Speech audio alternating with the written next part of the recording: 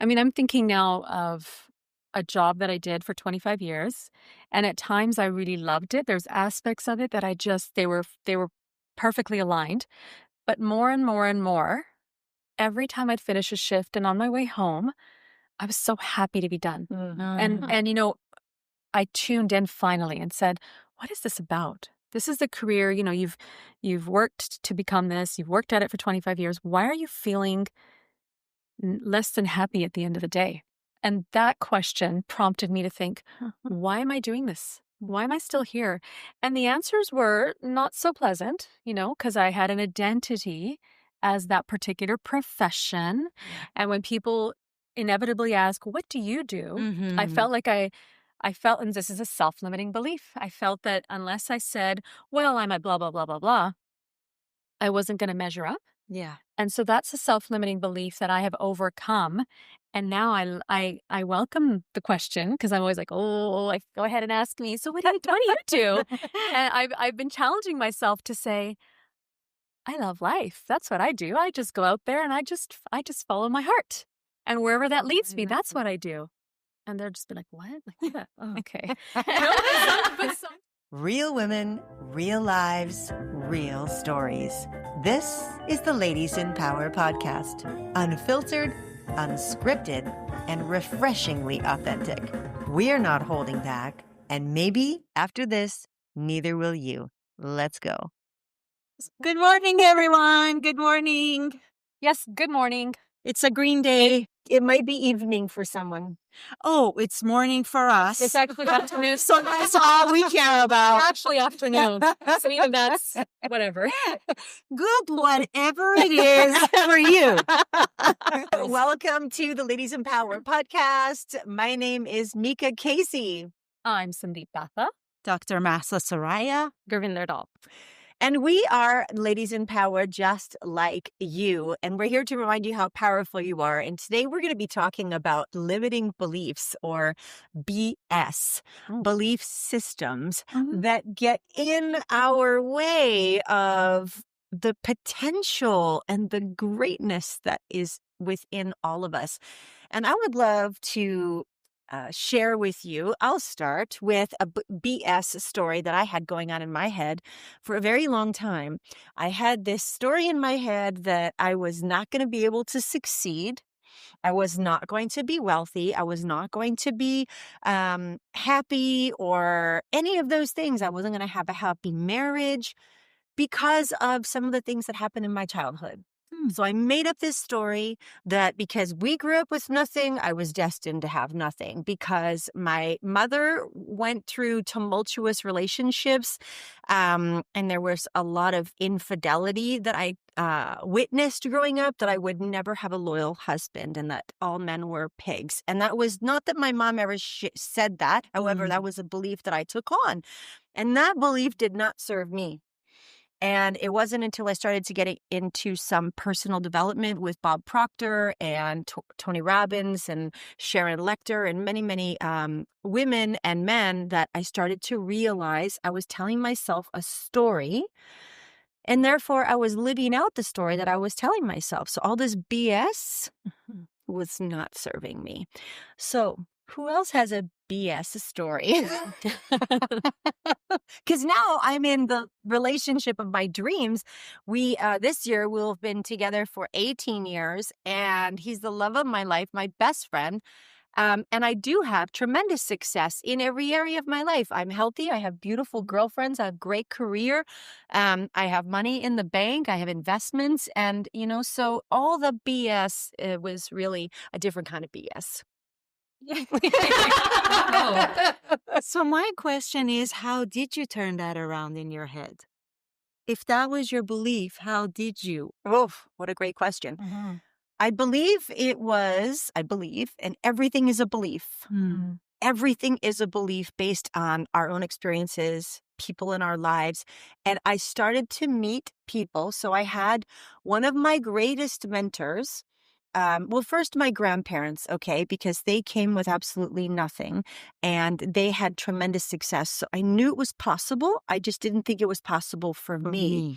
Until there's a gentleman by the name of Ron Moore, and I was in my early 30s. So I had spent already about 15 years in the modeling and acting industry, being told that I wasn't good enough, I was too tall, I was too fat, I was too old, I was too young. I mean, everyone was validating these belief systems of mine that I wasn't good enough. And this man that I met at a fundraiser that someone else had taken me to, I just saw this wise, kind gentleman that treated all these women with respect and class, and he wasn't creepy, which I had experienced a lot of creepiness. Oh, yeah. Mm. And he became a mentor for me. And he believed in me and told me at every opportunity. So I'll share one story that was so powerful. And for those of you watching, I want you to invite yourselves to think of a story, your story, and the stories that you tell yourself. And thank you for this question. So we went to probably the most expensive dinner I had ever had in my life. I had organized an event. It was a huge success. And he sent a limousine for me and a few friends that had organized this event as a congratulations, as a celebration. So that was the first thing, honoring and celebrating us for the success that we had. Even though I didn't see it as success, I wasn't I didn't have the habit of honoring or seeing success. I had a habit. So that's the first thing, noticing the habit of it wasn't good enough. Well, sure, they think it was great, but it could have been so much better.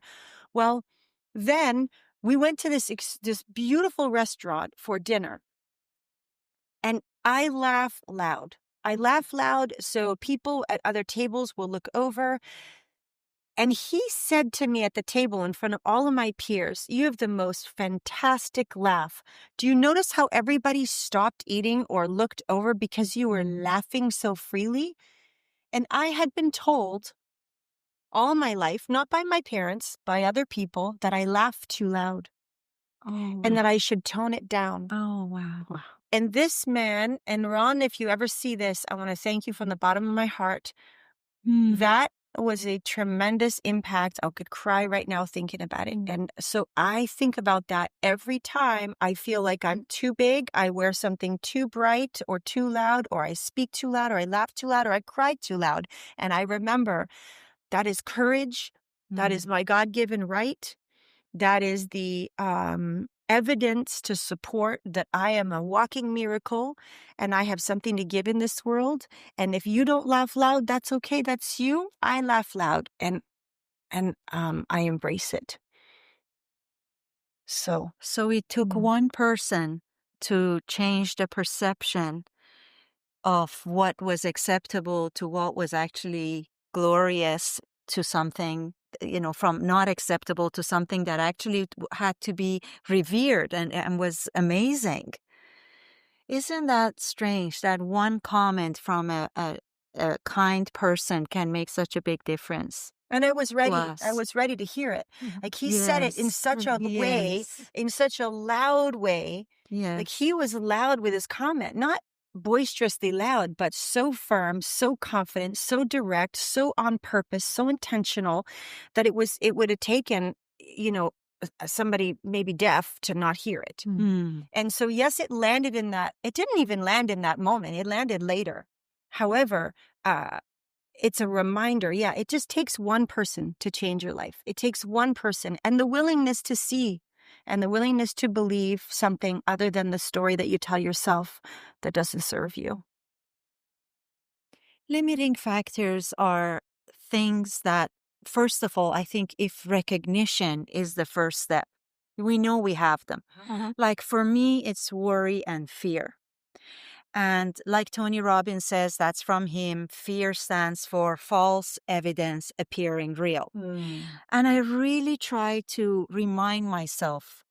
But where I tend to kind of retract back is when I say, okay, I got it. Like up here I have it, but when it comes to something happens, I was sharing with the ladies here that I have a business and my business needs to generate X amount of dollars. And so when there's a small glitch, I just go immediately into that panic mode.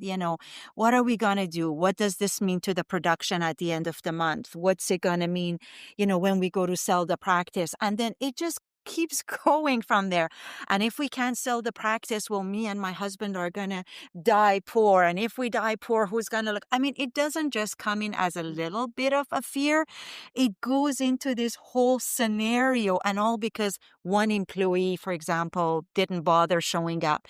So even though visceral, like not viscerally, but how do you say it, intellectually, you get something, I'm just wondering what actually made you shift completely so that didn't become a story anymore, or like it could be my kids. And we were sharing that yesterday. I was never that mom. If they don't come in when they say they're going to come or whatever, I'm like, okay, they're probably having a good time.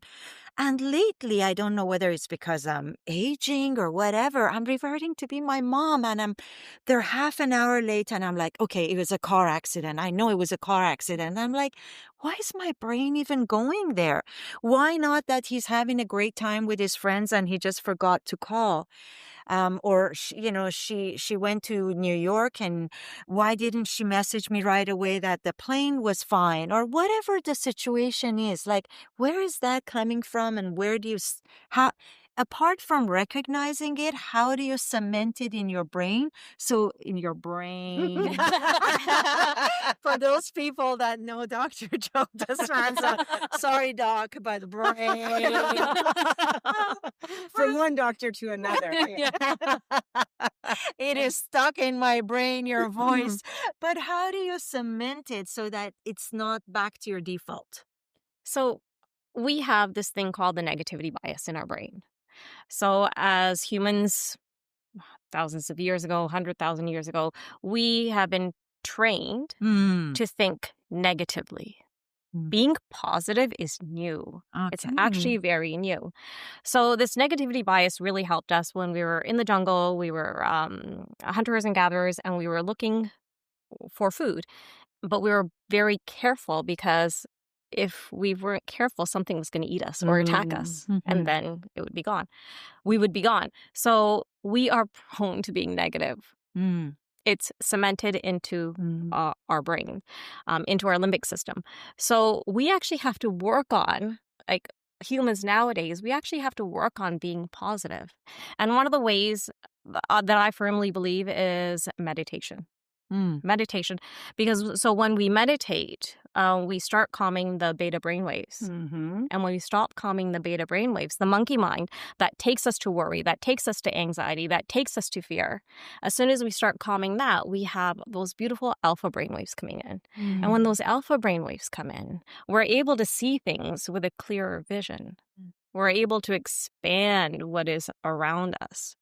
Like, we have that peripheral vision. And so one of the ways that I practice and that I teach clients is meditation. And again, we can also always bring in Qigong and EFT that really calm down the brain, because again, we are prone to thinking negative, and we have to train ourselves to be positive and look for the great things that are going on around us. It's so true. Thank you for that. Yeah, it's good to know that it's not just a me thing, it's a human thing. It's a human thing. It's definitely a human thing, for sure. And it's like a muscle that you have. And when you meditate, are you meditating to quietness, or are you meditating to a voice, a particular frequency, or? I did guided meditation. She's meditating right now. That's her meditation. That's her meditation. A master can be awake and meditate, and you are a master.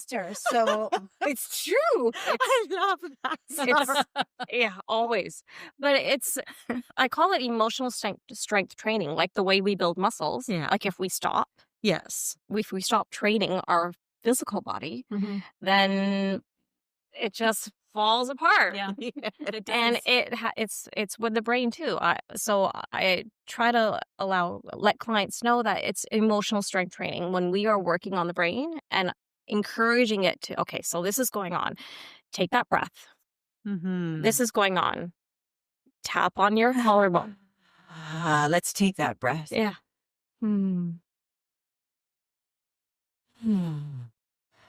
Thank you, Gurvinder. And tapping here decreases cortisol levels by 43%. That's crazy. Yeah, 43%. You know, my grandma used to do that, and I'm sure she didn't know any of this science. This is our I'm kidney sure meridian. she didn't. Yeah. It was just something Her the heart knew. Persian grandmothers Yeah. did. When they got really sad, they tapped their little hearts. I hope I she love hears me that. whenever she- Oh my Or God. she did. Yeah, it's Aw. just like incredible. Wow, for Yeah. them to know that. Or just instinctively go. Yeah. Yeah, I just, when you did that, I remembered. Love it. Yeah. Yeah. Well, Dr. Joe Dispenza's book, he says that whenever we're stressed, first of all, we are addicted to our stress hormones. We are addicted to these hormones. So Dopamine. and we don't even know it. You know, cortisol, adrenaline gives us that rush. So when we don't feel it, we cause problems for ourselves To just feel so it. that we can feel it. You know, Yeah. so that we can just feel it. That's And why then- we drink coffee. Yeah, Because we want to feel that. or just like, you know, you go to work and say, okay, give it to me. I want to be the hero. What can I solve now? Because we're just so addicted to that hormone. But what he said that was really interesting to me, again, in all my own Sufi practices, we're all trying to find that eye of the needle, where we go from substance and material to energy. Because according to him, and again, the teachings that I've had in the past 20 years, you can become energy. Yes. And when you can become energy, you tap in the universal mind. You tap in the universal shopping center of all your desires. Yeah. But it's that eye of the needle that you have to walk through. So you're like, how do I have to get from here to there? And the first thing he said is the more you're stressed and the more of that cortisol level and adrenaline you have, the more you become material, the more you become focused on the material world, and the less energy you are. And not only that, for years, the Sufi masters have said we have this halo of energy around us. And that's why sometimes when they draw prophets, doesn't matter, Muhammad or Prophet Jesus, they draw them with a halo. But it's not really round like this. It's more like all around your body. Yeah. So when we meditate or when we put out a positive feeling or energy or someone compliments us, we're actually increasing that protective energy. But when we're stressed, we're in the cortisol or adrenaline level, we're drawing from that protective energy around us. We're drawing from that. We're becoming more material. We're becoming more dense, literally, cognitively, and physically. And then we wonder why, you know, things are not going our way or why that stress is building up or whatever. So again, you know it, you've learned it, you've written it down. I write everything down because it helps me cement it into my brain. But, you know, just to keep remembering that, it's the trick. I also, we were asking how about this negativity. And if we look at our environment, right, like news only sells with fear. So if we're watching TV shows, most of the TV shows are about gun violence, murder, suspense, like the top selling series, the top selling movies. And then you look at our commercials, it's based on fear, the stain on your clothes or the unclean floors, or your friends don't like you, or, you know, it's based on fear. So true. And then you have the news, all the news. If the news was all happy, and they've tried it. They've had magazines come out that are positive magazines. They have these little newspapers that have come out in different communities, the happy newspapers. They don't sell. They go out of business. what sells is fear. What sells is sadness. What sells is disappointment. And it validates those limiting beliefs that we have about ourselves. It keeps us from growing. And, call it whatever you want, the reasons. The reasons could be political. The reasons could be whatever. It's just, is it serving you, though? Regardless of what the reasons are, is it serving you to watch the news? Do you need to? I know we like to know what's going on in the world. And I often ask people in my lives who watch the news every day or every other day, I say to them, are you going to go to Africa to raise money to drill wells to feed them or give them water? Are you going to go and fight in the front lines of a war? Are you going to empty your bank accounts and donate to another country? Are you going to become a police officer to fight crime? If you're not going to actively participate in the resolve of the fear-driven media that impacts our lives on a daily basis, then why are you watching it? 100%. So if you're going to be part of the solution, go ahead and watch it and stay informed. However, if you're watching it to be entertained, please know that it's landing on you. It's landing on and it's great awareness, what you were sharing about the adrenals and how we have an addiction to that. People who try to stop watching the news feel as addicted to it as people who drink alcohol. Yes. Because there's that adrenaline rush. So number one is recognizing, like you shared. You're exactly right, Mahsa, recognizing. And then taking action on it. And so I really wanted to take an opportunity to share about that. The news is not serving us in being our best selves, most people.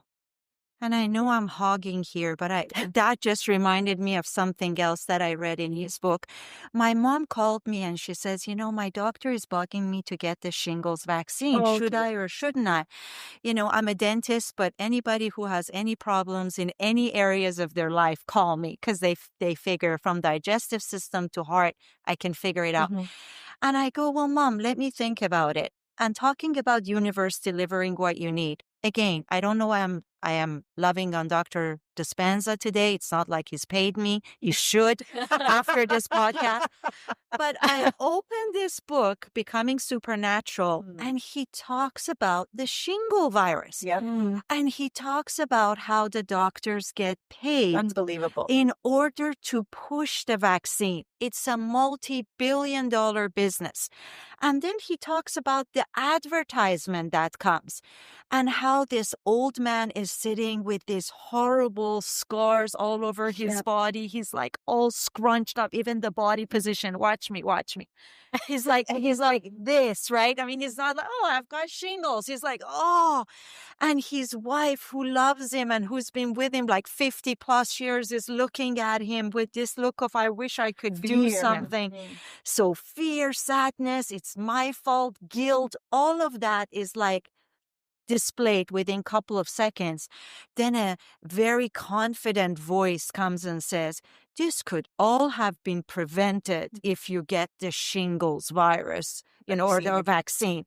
And the next thing you know, Buddy is all healed and he's running his best life. And, his wife is chasing him and waving in the background. Like the subliminal messages are all around us. And absolutely right, in the news, in what we're getting, in the advertisement, even the medical community. Some of them do it consciously, some honestly unconsciously, and of the goodness of their hearts, because they believe, they were sold that they're doing you a favor by giving you a live virus you didn't even have in the first place. When we talk about limiting beliefs or influences that are in our lives, we are influenced by the television. We are influenced by the media. We're influenced by our parents. We talked about that. Yesterday. And the limiting beliefs often come from our influences. This is, eat this, don't eat that. Vegetarian will do this, vegan will do that, eating meat will do that. Whether there's so many, all these are beliefs. They're beliefs from other people or outside sources that we take on. We have two fears as babies. Two. the fear of loud noises, and the fear of falling. That's it. Every other belief, every other fear, and we're talking about belief systems, they all come from outside sources. And that is the opportunity that we have to say, wow, where did I learn that this was good or this wasn't good? Who helped me make that decision that if I don't do this, I'm a bad person, or that all men are pigs, or that women are no good after menopause, or whatever the beliefs are that aren't serving us. I would love to hear from you. Okay. Well, first of all, I just love our conversations because they're spontaneous. I love that we don't plan or prepare for these.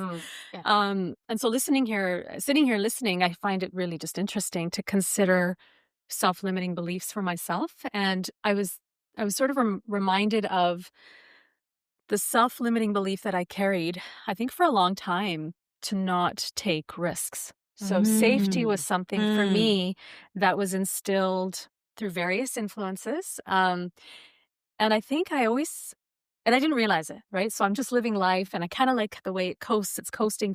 And then I'm kind of like, wait a minute. And then as you raise children, like for me, that helped me because as I was raising my 2 kids with my husband, and, encouraging them to do things, try things. And then you kind of look, sometimes they'd resist. I'm like, why are they resisting? Like, why wouldn't you try something? So then you start to question, well, what's the influence on them? It was me. I was one of the influences as one of their parents. So what am I doing that's showing them there's something to be feared in taking a risk and falling and failing and whatever we perceive that to be? I don't even think it's failing. I think failing is not trying now. But at some point, so powerful. So at some point, I had to look at myself. What am I doing as a parent and as an influence on these 2 kids who I love with all my heart? How am I showing them that I take risks? And so, wow, that put me into, so it was awareness. First, it was becoming aware that you're a pretty safe character, Sandeep. You're not really doing a whole lot to show, look at me, I'm trying this. And, I was terrible. I fell. You're just doing things that you're going to do well. And so, wow, what a man, you got to step up. Okay, how are you going to step up? And at that time, in particular at that time, there was a call for TEDx speakers. Yeah. So I'm like, all right, you're going to show some risk here. You're going to show that you're willing to, fall and try something outside of your comfort zone. I applied to be a TEDx speaker. I had gone to see a TEDx show in our local city. And then the following year, I decided I'm going to give it a go. So I poured my heart out into the application and I shared what I wanted to talk about. And then I made the very conscious decision to share with the kids and my husband. And I said, okay, guys, I'm going to go for this. I'm going to go for it. And I went for it and I was really excited. And then I got an email saying, thank you for your submission. We did not select you this year. Oh, okay. So I shared that email with the family. Oh, nice. And the first question from my son is, oh, that's too bad. I'm so sorry because your application was really good. I'm like, thank you so much. He's like, so are you ever gonna apply again? And I go, yeah, absolutely. I'm applying again next year. And I said, this isn't gonna stop me. I had a topic I really want to talk about. And so the following year, I went through the whole process again. And then this time I brought a girlfriend along and I'm like, come on, let's do this workshop and let's go apply and changed my application a little bit. I thought I improved it. I thought I made it better. So submitted it. I'm feeling really good. My girlfriend's feeling really good. We're like, we're going to rock this world. We're going to be TEDx speakers. And she received a beautiful email saying, we thank you for your submission. We'd love to have you, be one of our speakers. And so we'd like to invite you for an in-person, whatever it was, like a meeting. For me, thank you so much for your submission. Unfortunately, it doesn't, whatever it was, it doesn't work for us at this time. So I was like, oh, I could have chosen a path of, see, what's the point? What's the point? What's the point? You did this thing, you didn't get it, like whatever. But I was like, oh, so good that you went for it. So good that you went for it. It's not your time now, but you're going to do it one day if it matters to you the way it does today.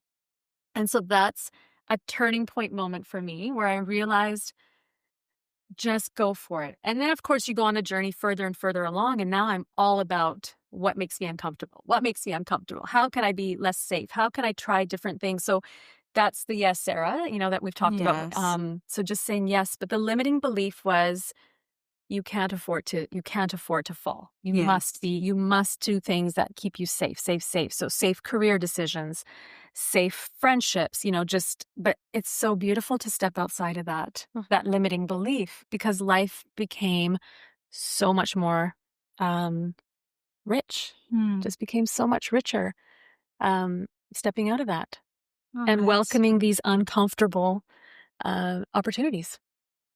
Yeah. And complete shift in my life. wow. It's beautiful. I love that. And quite honestly, if you know Sandeep, that's how she's always doing things now. Now, like yeah. Now, it's maybe. really what she's really embodied, which is what I admire about what Meeka shared and now what you shared, that you overcame that belief and now that's become to your to go. You've got that muscle memory built up. And now my question for you is with this tapping, Yes. right? I do know that you talked to me about it before, but can you just tell me a little bit more about what is it doing exactly?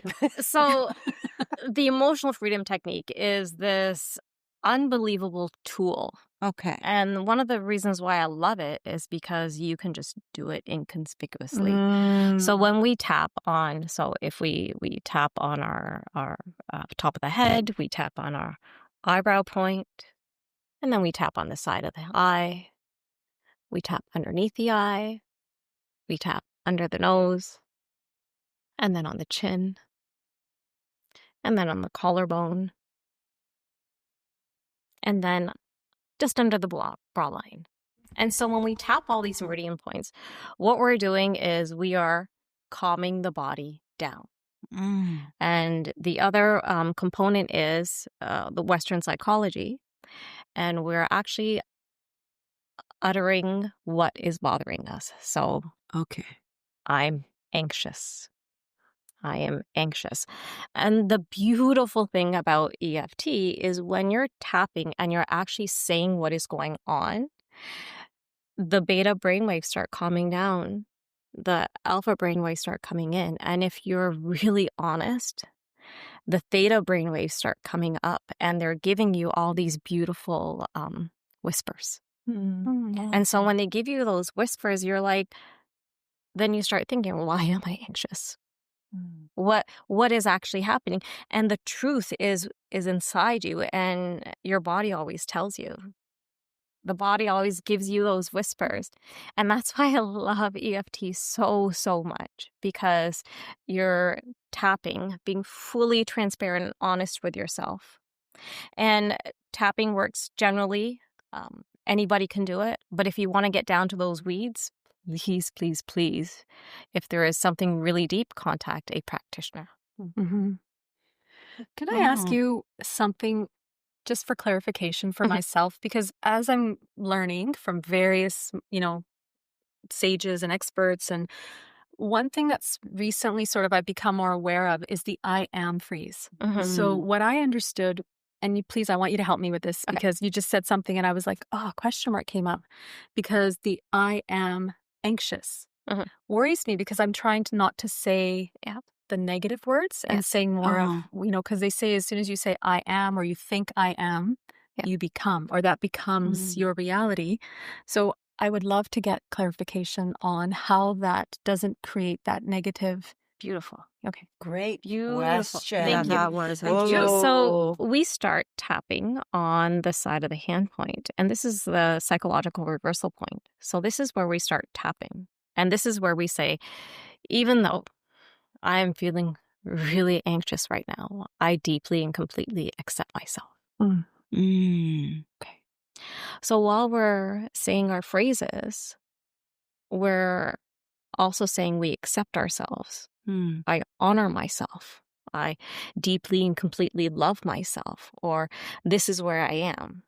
And so when you're stating what you're feeling and then saying, I accept myself, the body is like, thank you, thank you, thank you. Thank you for actually saying it. Thank you for saying what I've been feeling.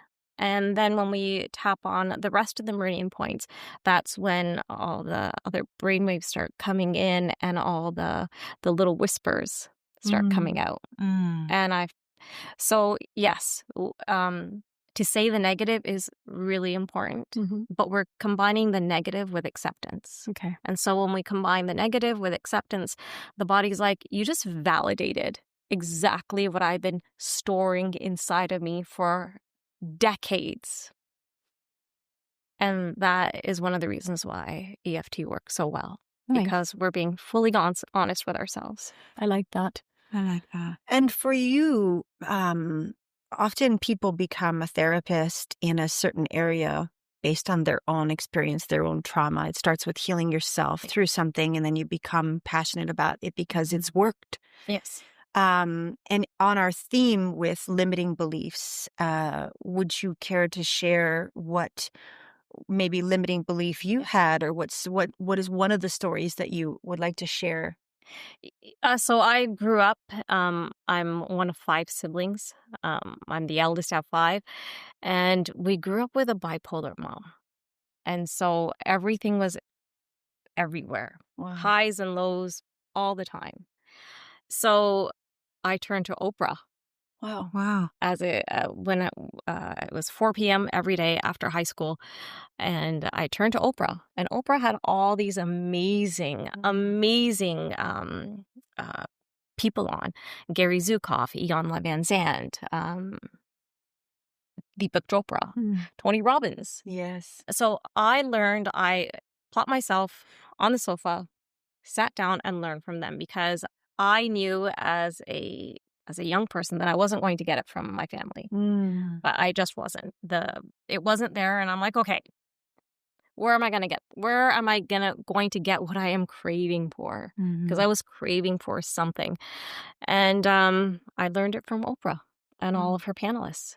And one day she had Iyanla Van Zandt on, and they talked about what do you want in life? What is your goal? And I'm like, I really want to meet someone. And so Iyanla's like, write it down and be audacious, just out of this world. And so I wrote down this list. I just wrote down this man that I imagined just from my head. And I found it a year later, and I gave it to my fiance, and he's like, when did you write this? I'm like, a year and a half ago. Wow. And he's like, what? I'm like, yes. So we've been married for 23 years. And so limiting beliefs, I got through some of them with watching Oprah. I learned how to write what I wanted.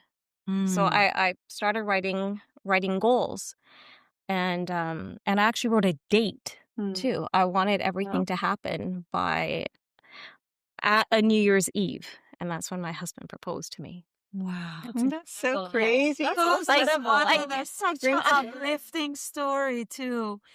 Everything because I I wrote. know him, he's just the most cutest human being in he the really whole. is. The two of them are the cutest couple. So that that is a wonderful story. It was so crazy to look at that letter, because it literally exactly what I had written is exactly who he is, and we are together. And I said, I want to be proposed to New Year's Eve, and he proposed to me New Year's Eve, and he had no clue that I had written any of it. Wow. And just everything about him was exactly there. That field of possibilities, somehow you tapped into it. So I wrote it all down. I gave it dates, and suddenly the universe is like, oh, That's what she doesn't want that. wants. This is what she wants. Yeah. So the universe is like, here you go. So for those out there that are watching and they're like, oh, sure, I just write it down on a list and it shows up. My question to you is, what limiting belief did you have that like, what did you overcome? Was it, I'm going to end up bipolar and I'm not going to attract a great man. I'm afraid to have kids because my mom was bipolar. I'm going to be a lousy mom because of the challenges my mom had, or I'm not worthy of finding this man that came out of my head onto this paper. Like, what did you share with us? Some of the intimate fears or challenges that you had, like that were that you did overcome. It was all of them. Hmm. But one of the big ones that stood out for me is I'm Sikh. So my parents wanted me to have an arranged marriage. So they wanted me to have an arranged marriage. They started introducing me to people at, I think I was 18, 19 years old. And I'm like, this is not for me. I've seen you guys and I've seen all the other family members that have had an arranged marriage. And I'm like, this is not for me. I did not want to have an arranged marriage. But That's huge. that's what they expected. How did you overcome that? How did you not fall into that belief that you might not want it? A lot of people don't want it, but they still do it. So what was it for you that, because maybe there's somebody out there watching that is saying, I'm being, pushed to marry somebody and I don't want to marry them, whether it's religious or otherwise. And I'm curious, what would you share? What helped you to, because the question you asked me, Mahsa, was so powerful, and I'm doing my best to emulate the same. And you're doing a great job. You are doing a great job. You are doing a great job. So I blame it on Bollywood movies. Oh, yes. And we all love those. Totally blame it on Bollywood movies. Because in Bollywood movies, like if you watch Dilwale Dulhania Le Jayenge or... Say that again a little bit clearer. Dilwale Dulhania Le Jayenge. So all of us know it's from 1996. We've all watched it a million times. All of us? I don't know. Sorry. You have to watch Dilwale. You have to watch Dilwale. I watch all movies. And they met, and they knew they were soulmates. They talk about soulmates in all of our Bollywood movies. And I'm like, but they're talking about soulmates and you want me to have an arranged marriage? And I'm like, I'm following what is in the movies. That's beautiful. So is he Sikh or Yes. is he some other religion? No, he is Sikh too. Yeah. A different. He's An arranged different, Sikh. Yeah. Different caste. I didn't care. That's amazing. Yeah. But so you can be Sikh but a different caste, and that still is not. well, yes, for my parents it was not okay. Yeah, and my in-laws didn't care. And it's not because you were sick that they made you have an arranged marriage or preferred you to have an arranged marriage. It's because of the culture. Or their belief system. Yes, it wasn't necessarily a requirement of Sikhism. Yeah, it's not at all. Or anything to do with bipolar. Yes. And that's great. That's a really good question. Yeah. Because even in any religion, I mean, we talk about the Crusaders and Christianity. I mean, in which chapter of which book did Christ say, go and behead anybody who disagreed with you? Right. That's right. Exactly. So some people take that limiting factor as their belief, and they say, I'm doing the work of God, all these priests, all this, I mean, in Islam and what's going on in Iran. And, no, that's the wrong belief. That's a belief. So that was very good that we clarified that. I think it's important. To clarify. And also Sikhism, one of the tenets of it is equality. It is. So really, it was created to almost get rid of the caste system that existed up until. So in Sikhism, all are equal. All humanity, all living things are equal. It's very important. It's a very important one of the main distinctions. So I love that. Culturally, things get carried forward. Yes. But from the religious point of view, and I'm not an expert by any means, and I'm just going to share the very surface level that I know, but that is a big one. So growing up, it's just a big one that most children quickly become aware of, that there's equality amongst all. Yeah. So. And it is a belief. Again, it's a belief. We come back to the beliefs. Yeah. The beliefs, one person believes that a woman's role is to do all the cooking and in the cleaning and go to work and raise a family. And a lot of women believe that that's their role and they're going to be a great wife and a great mom if they do that. Yes. And so if they're in an environment with other women that don't do that, those women might shame themselves. Maybe their friends don't shame them. Just because I do this doesn't mean you have to. But they find themselves in the role of comparison, the thief of joy, and they end up shaming themselves because of witnessing someone else's belief.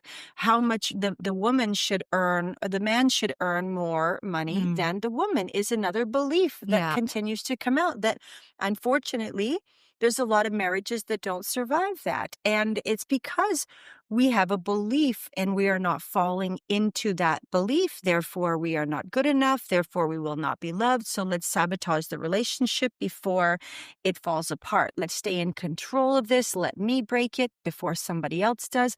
There's so many elements that come in based on our beliefs. We have, you don't wear short skirts after 50. You know, there are so many beliefs out there that we find funny. Yes. And at the same time, whether it's in a religion or it's which then we can look at wars and we can look at politics and we can look at race and we can look at age, we can look at gender, we can look at financial situations, and there's going to be judgment. Yes. And that judgment is a learned judgment. As I shared before, we have two fears, the fear of loud noises and the fear of falling. Nowhere was there a fear of a different color.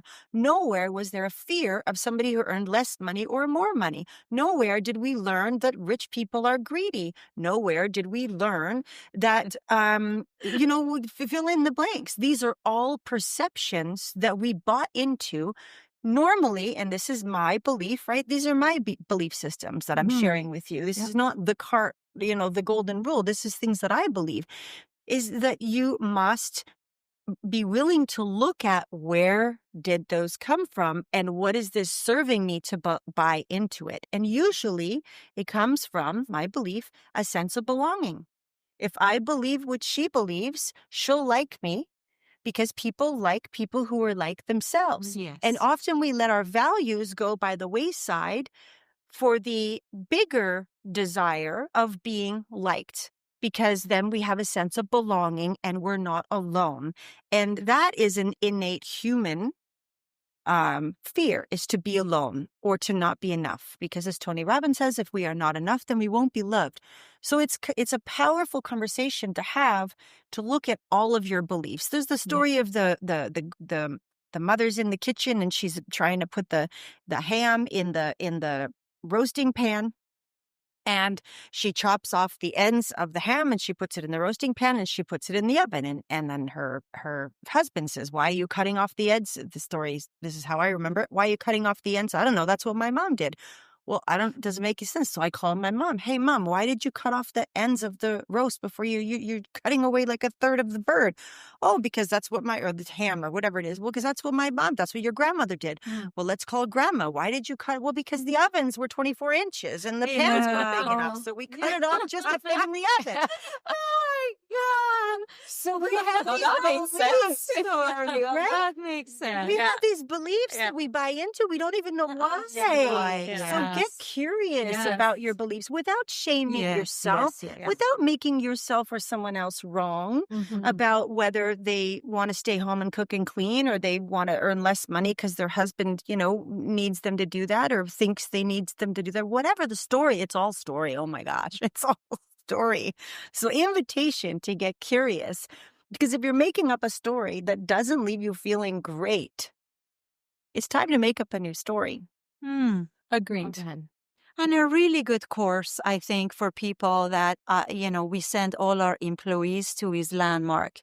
I think Lululemon, you may be from other parts of the country and you may not know it. Lululemon is a Canadian brand that just made women's behinds look amazing.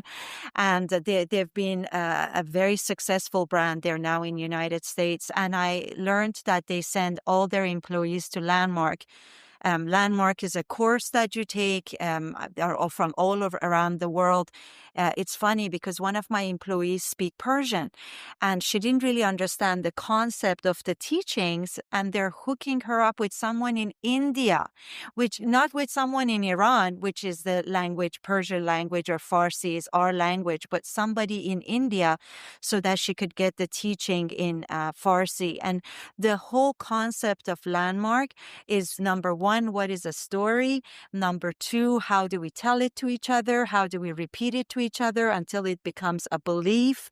And then how do we never question that belief, because now we believe it so viscerally that we don't even question where the ham in the oven came from. We just chop the legs. And one of the courses that Tony Robbins was giving, I remember he says, okay, I want to challenge someone's belief, because a belief is like a table, like this one we're sitting on, and it's got 4 legs.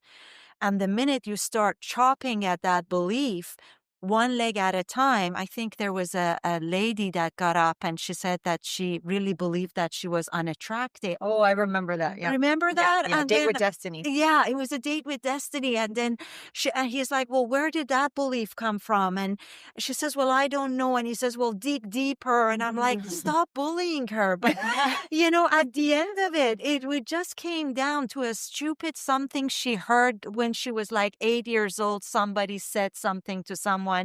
So as he chopped out these legs of the table, as he calls them, by the end of it, she even stood up differently. She went from being hunched like that when she woke up, and she goes, I believe I'm ugly. And at the end, as he asked her all these beliefs, she just blossomed in front of our eyes within a matter of a half an hour discussion. So it's like Meeka was saying, it's really important to look at our belief and questioning them. And is it really true? And even if it is true, is it serving us to still believe that? Or would we rather believe we're beautiful, we are vivacious, we are desirable? These are wings that help me fly. There you go. I love my wings. They help me fly. Fly, baby, fly. So what do we choose to believe? Because like Henry Ford says, whether you believe you can or whether believe you can't, you are always going to be right. Oh, Yeah. such a good reminder. I love So that good. quote. Yeah, I love that. The film was I'm Not Your Guru. Yeah, Tony Robbins, I'm Not Your Guru. Okay. Highly recommend it. Highly It's recommend on it. Netflix. Highly It is recommend a phenomenal wakey movie. Whether you like Tony Robbins or not, it's besides the point. It is a phenomenal film. Yeah, Like I a love film or that. documentary? Or Well, what he is it? films the Date with Destiny Yeah, live. live. Okay. And you get okay. to experience how he does what he does and what he's like behind the scenes. And his wife is there, and he navigates multiple people who have suicidal ideations, Yes. including a young girl who was just torn apart because she saw her parents going through divorce, and it was having such a massive impact on her that she was contemplating her own life. And it's a very powerful film that I think can, thank you for bringing that up. Yeah, it was a really fun thing to watch. It really didn't feel like a documentary. It felt like, wow, how does a man that is, not that young, I don't know how old Tony Robbins 68. is, 68, wow, does this high power, high energy workouts that he's jumping on the stage and pumping his arm. And his knees, how does that, how does he pump himself? Again, it's a muscle. He pumps himself. He conditioning. conditions himself to be that. He always says, I created Tony Robbins. I created that persona, and then I walked into that reality. So imagining your future, imagining that reality for yourself, imagining that possibility of being able to choose that husband for yourself. It starts with being able to want that for yourself. Oh my first. gosh. It really Okay. I does. know I'm hogging now. And the Tony Robbins thing. Okay. So talk about limiting beliefs. So he was diagnosed with a tumor in his pituitary gland, and it's growing. And I don't know, there's some technical terms for it. I don't know what it is, but it's growing. And the doctors have been threatening them that he could die at any time. Yes. So, and he says this, the butcher wants to butcher. So the one doctor wanted to cut it out. The baker wants to bake. They want to put him on drugs. And then I don't know what the other one was, but they're depending on which expert you go to, every expert, and he can afford the best in the world. Yes. All three of them were completely convicted that was exactly what he needed based on their perception, their experience, their education. That way, it was their way was the best way. Well, Tony decided not to do any of it. Yes. And everyone was telling him he could die. He's foolish. This is a mistake. This is, and he decided not to cut it out, not to bake it, no drugs. And he's been living with this, I think, for 20 some odd years. Wow. And so and I'm not suggesting that anybody Yes. follow Tony Robbins by any means, medically anyway. However, for him, if he had believed that cutting it was the best way, he might not be here. Yes. If he had believed baking it, he might not be the Tony Robbins that we know and love. So it really, at the end of the day, it's also going within and doing your best to listen to yourself. And I just like if he had believed them, we might not have him. And talk about hogging. I'm doing the same here today. Sandeep, but just so genetically speaking, all my life with all my medical friends, I've heard, well, it's genetics. You can't find your genetics. You cannot fight it. That's how you're born. And now they have found that you can actually change the expression. Now, I'm not saying that your genes can change. Hear me out. There are all that potential in the gene. You can alter the expression of what gene you want to turn on. So you can turn on the cancer gene. You can turn off the cancer gene. You can turn on the hypothyroidism or hyperthyroidism. And to all the doctors out there who for years have told us you can't, well, I suggest you read the book. And in addition to that, they'll also say, and you're right, Dr. Bruce Lipton is the one who found this while he was testing the cells. He's a biologist. 51%. Yes. And one of the other things that we also do in EFT that Dawson Church has researched on and PETA Stapleton have researched on is when you're happier, nothing sticks. Because everything inside of you is vibrant and alive and just going high-fiving each other, going, yay, we're doing this. But when you're sad, the body just crouches down. Illness, you mean nothing sticks, meaning illness? Illness, but even your view on life. Oh, wow. Even on your view on life. So if you're pessimistic, grumpy, you see the glass half empty, the whole body system, all of our cells become that. But if you're happy, so I believe there was in one of our textbooks there was information about an AIDS patient. So all these doctors had studied AIDS patients, and they found the ones that were happy, they had a great life, and the ones that were sad, they unfortunately passed away quicker. So yes, our cells really matter. They listen. And so what we say, what we utter, my knee hurts. And instead, maybe we'll say this knee. Instead of my knee. Yeah. Thank you you for say that reminder. This knee is aching. Because we are this whole. This is me. I don't need to say this is mine. Obviously, it's mine. Is it though? That's another episode. Yes. So the way we think really is deep within us. Dr. Emoto, is that his name?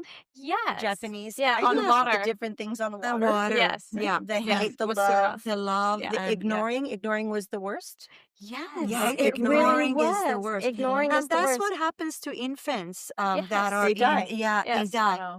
The ones that are not cuddled, that they're not They can be fed and watered, but if they're not, they die. And that's why now that in places that what is it called when they leave the children and Orphanage? orphanages, gorgeous. Thank you. Somebody is just designated to cuddle them. I'm like, yep. I'll go. Yep. I'll go. Yeah. Please pick me. Yeah. I would love to pick up these kids that however old they are, and just give them a hug and give them that energy. Yeah. So powerful. So what are your thoughts now that we Ooh. come back to you, Sandeep? What are my thoughts? I'm so enjoying the conversation. Okay, so for me, I was just thinking right now about, we all have self-limiting beliefs. Can we agree? Yeah. That's Oh, just yeah. not Yeah, a belief. gosh, Yes. every day. So the other Hundreds. what's coming up is I think a lot of us are blind to our own self-limiting beliefs. 100%. So I love that. how do we become aware? And one of the things I think is really, really powerful and takes some courage, because then you have to be willing to hear the perspective of others, is to ask people in your life, what do you see in me that you think I don't see in myself? Oh, yeah. And, if you're willing to ask people you trust, to have your best intentions, the answers are there. Yeah. And they'll shine a spotlight on your blind spots. And you have something to think about that you're not seeing for yourself as a self-limiting belief. So I've done this, and I'm sort of spreading out my circle a little bit. So instead of just going to family now, I just recently asked a girlfriend, what wish do you have for me that would help me see myself in a deeper light? And take your time. And I really am looking for honesty. So I'm not looking for you to give me something that fills me up. I just need you to share something what's a wish that you might have for me? And I keep in mind that it's her perspective. Good. So she Yes. brings in her, Yes. yeah, Yes. definitely. She Yes. brings in her, Yes. her own That's life experience, but I still think it's valuable. And if I ask enough people, and if there's a bit of a theme, then, maybe there's something for me to just kind of go, oh, and, it's just, I think, I'm thinking of how do we determine our self-limiting beliefs? Because we can go about in our life thinking, well, I don't have any self-limiting beliefs. I'm just, I'm just being me. This is how I live. But how do we know we have self-limiting beliefs? Like, how do we discover that we might have a self-limiting belief? Well, that is honestly the question. I That's mean, the I question. didn't look at it in a human way, but I took a course with Keith Cunningham, who is a mastermind in business. And I love making money. Let me just put it out there in the universe. Anyways, we toggled around to Dallas to hear him out, and I joined his group. And one of the first things he says in business is that every business owner has blind spots. And you hire a coach to see those blind spots, because you cannot correct what you don't see. Now, saying that, is that coach going to be your religious group, your mosque, your guru, your mom? But I loved what you say. Also, everybody else is looking at us with their eyes and their rosy-colored glasses. Your best friend can say, you're perfect. What are you talking about? And your worst friend can say, here's a list of what I want you to be changed in. So again, I go back to my teachings of Sufism, and it says, be quiet and your heart will tell you. And your heart will never lie. So, and I always thought, how does your heart tell you? I mean, it's not talking, and it's not. And just recently, when I was sitting there and I was being quiet, which is something very rare for me. And I was listening to one of the teachings, and the peer or the teacher said, when your mouth flaps, your heart becomes quiet. And when you zip your mouth, that's when you give your heart a chance to speak. And it's not going to come as a, Mickey Mouse voice or something like that. But like Gurvinder was saying, it's like a revelation or an answer that just kind of pops in your head, and it will say, well, you weren't kind there, or this could be done better, or is that really what you intended? Or you talked about the belief of scarcity, and now you don't want to give a raise to your staff. Well, if scarcity is not your reality, then go ahead and give them that raise they want, and maybe universe will reward you for it.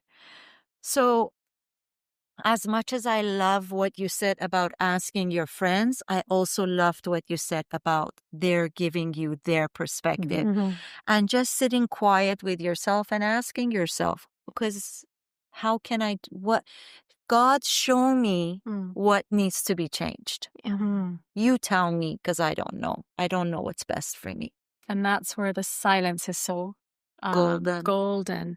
I mean, I'm thinking now of a job that I did for 25 years, and at times I really loved it. There's aspects of it that they were perfectly aligned, but more and more and more, every time I'd finish a shift and on my way home, I was so happy to be done. And I tuned in finally and said, what is this about? This is the career, you've worked to become this, you've worked at it for 25 years. Why are you feeling less than happy at the end of the day?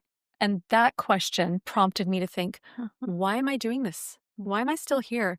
And the answers were not so pleasant, because I had an identity as that particular profession.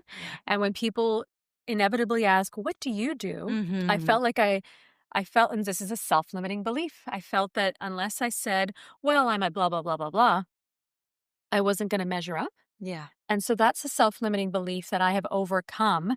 And now I welcome the question, because I'm always like, go ahead and ask me. So what do you do? And I've been challenging myself to say, I love life. That's what I do. I just go out there and I just follow my heart. And wherever that leads me, that's what I do. And they're just be like, what? Like that? Oh, okay. But sometimes it's like, oh, that's interesting, and it kind of, so I'm losing that identity, that connection to that piece of being a professional, because it really doesn't matter to me. And within that profession, I did things that I loved, but I can do those outside of that profession too. And I think for me, that was a self-limiting belief that I had to have the professional title in order to be deemed worthy of something. So I'm really proud of letting that one go. I'm so proud of it. And I'm proud of, more than that, I'm proud of exclaiming it publicly. And to anyone that asks me the question, are you working these days? Yeah, well, yeah, I work. And, so are you working in in the field? No, I don't work in that field, but I work. And, sometimes that's about where the conversation ends. But that's been a self-limiting belief. And it started from being silent, paying attention to what was the feeling. And if it's not a joyful feeling, like didn't we say earlier today, could we do this every day? Yes. Why do we love this? Yeah, this does not work. We feel that. We feel the difference of you can't wait to see each other. We can't wait to see how this day is going to unfold. We can't wait to see how the podcast is going to unfold, because nothing's rehearsed, nothing's scripted. So I'm paying attention to things like that. And then when things are not feeling good, that's the prompt to go in and say, what's the belief that's keeping me doing this on a repeat pattern? Why am I repeating this over and over again if I don't feel good doing it? That's so beautiful. That's 100%. I think we wrapped this one out very good with that from Sandeep. I have one more question. Go for it. Yeah. For so many of us, myself included, we don't earn what we're worth. We don't ask for what we are worth. Some coaches charge $200 an hour. Some charge $2,000 an hour. And what is charged is very rarely in direct alignment with the value that's given by the coach. It's the perceived value. 100%. And what would you say to somebody who is charging $70 an hour as a coach when they could be charging $270 an hour? Or someone that is going to work every day for $30 an hour when they could be earning $300 an hour? What would you say? What would some questions be or notices for them to have? And maybe you're just noticing right now that, oh my gosh, I could actually be paid 10 times more for what I do. And if you're just noticing, celebrate. Now let's bridge the gap between noticing and getting to that next step if we can. So what would you, I mean, Whoever wants to jump I in on don't that. know. I don't know. I think I know what I've heard, and that's just put out value, present value, and show where the value is to people. And the story I was told is about these potato sellers, and one is selling his potato for $1 a potato, and one is selling it for 10 cents a potato. And the one that's selling it for $1, they're asking him, well, how do you justify that? And he goes, well, my potatoes are grown in organic grounds, and I don't use any pesticides, so I lose half of my crop, but the other half that are grown is that much more nutritious. And if you are going to put something in your body, do you want the perfect potato or do you want the cheapest potato? And all of those stories. And by the time you listen, you finally go for the potato that's more expensive because of you see the value in that. But that's $1 million question, Meeka, because dentists, other business owners are always asking that question in the same group that I just shared with Dr. Keith Cunningham. I'm charging $1,000 a crown, and there was a gentleman there that was charging $5,000 US per crown. And his office wasn't any better, his staff wasn't any better, his skills were not any better. Is it luck? A big portion of that, honestly, in my professional life, comes down to the environment. If you're downtown Vancouver working in Main Street, it makes a difference who you're catering to than if you're in White Rock to dealing with people that are richer. If you have a clothing store that's selling high end, do you go back, on Main Street or Hastings Street, or do you go on Granville Street? Location is a big value. People you surround yourself with, how much knowledge you have. But it's not just one thing, it's a combination, and you constantly educate yourself. But it comes down to that perceived value that you were saying.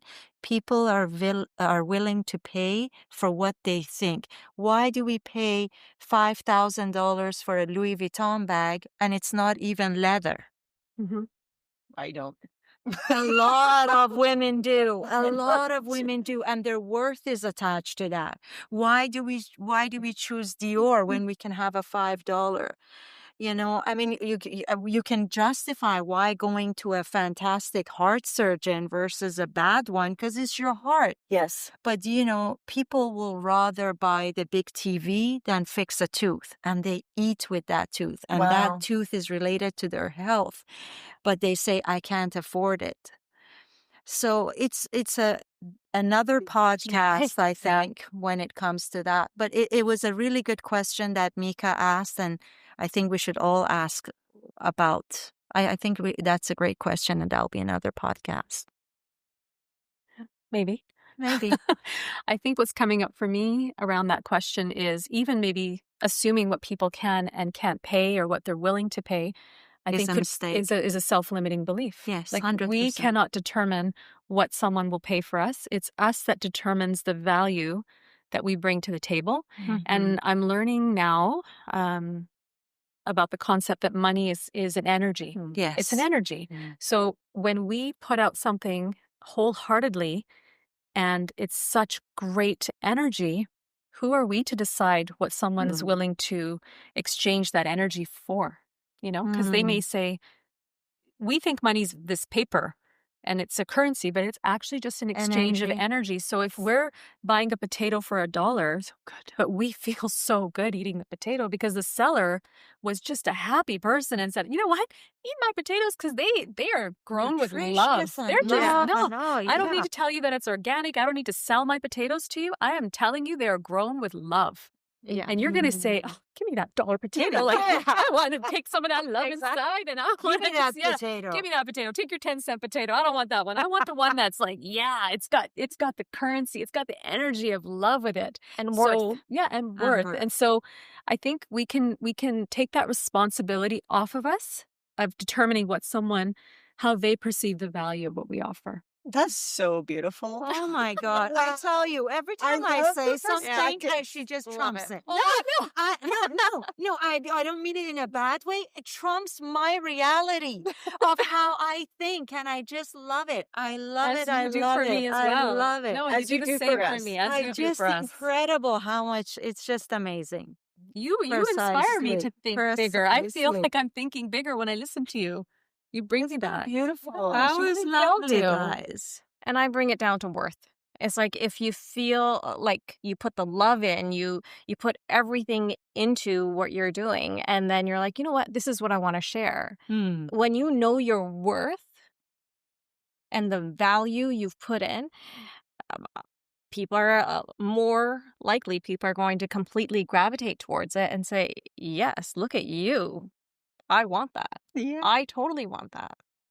And people will also want the 10 cents one because that's what they feel that they're worth.